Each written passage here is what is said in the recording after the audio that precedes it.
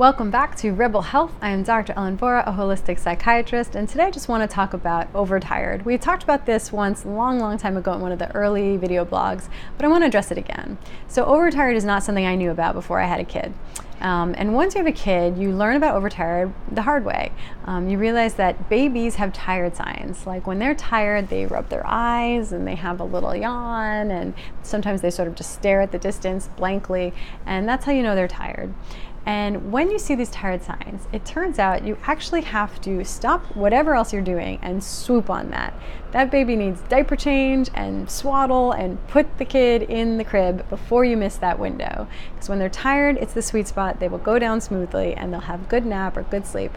But if you miss the window and leave it until a time when they are overtired, then it's not pretty. An overtired baby is screaming, they're inconsolable, they're arching their back, they might even sort of radiate a little bit of warmth. It's really not fun, and it's going to be hard to get them to sleep. So I finally eventually figured this out with my child, and then many months later I was scratching my head one day and thinking, like, could this apply to adults as well? And I realized, of course it does. And I noticed for myself, I have tired signs. I'll like rub my eyebrows and yawn, of course, or think I can't possibly focus on demanding work right now, so I'll just open Facebook, Instagram, you name it.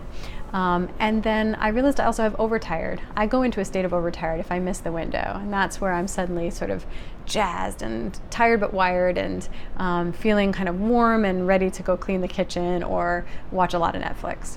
And so you probably also have overtired signs, you probably also have tired signs, and start to learn these for yourself. And once you know them, be motivated that when you see your tired signs, swoop yourself, swaddle, change your diaper, get yourself into bed.